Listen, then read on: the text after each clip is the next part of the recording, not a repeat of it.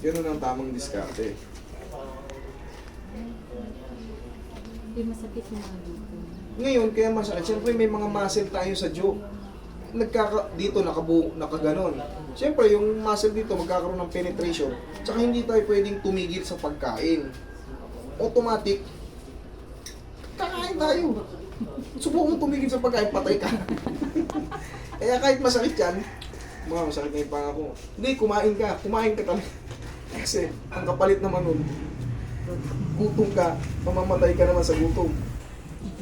Sige nga. Okay, sarap. Sige.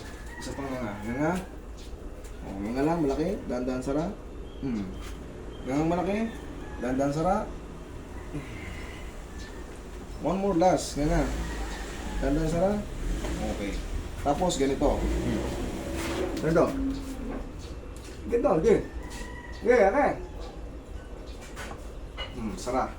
Sarap. Relax. Ngayon, simple nga gano'n. Ganyan lang.